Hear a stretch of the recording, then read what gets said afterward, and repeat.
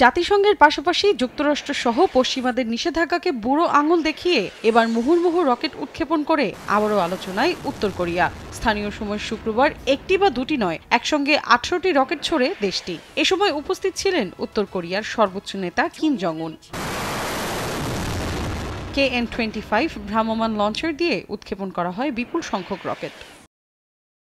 দক্ষিণ কোরিয়ার হুমকি মোকাবিলায় 600 মিলিমিটার লম্বা সুপার লার্জ রকেটগুলোর মহড়া চালানো হয় বলে জানায় দেশটির রাষ্ট্রীয় বার্তা সংস্থা KCNA। সিউলের ধারণা, বৃহস্পতিবারই চালানো হয় এ মহড়া। যদিও ছবিগুলো গণমাধ্যমে আসে শুক্রবার, তবে এ ঘটনায় এখন পর্যন্ত কোনো প্রতিক্রিয়া জানায়নি জাপান।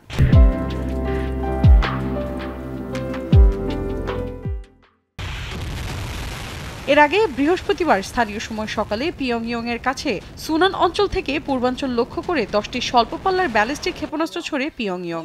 এক বিবৃতিতে বিষয়টি নিশ্চিত করে দক্ষিণ কোরিয়ার সামরিক বাহিনী। ক্ষেপণাস্ত্রগুলো সমুদ্রে পড়ার আগে প্রায় 350 কিলোমিটার পথ পাড়ি দেয়। ক্ষেপণাস্ত্র উৎক্ষেপণ একটি স্পষ্ট উস্কানি এবং কোরীয় উপদ্বীপের শান্তি ও স্থিতিশীলতার জন্য গুরুতর হুমকি বলে জানায় সিউল। এ ঘটনার পরপর সামুদ্রিক নিরাপত্তা জারি করে জাপান। তীব্র নিন্দা জানায় ফুমিও কিশিদাও। মৌসুমীর সাথী, সময় সংবাদ।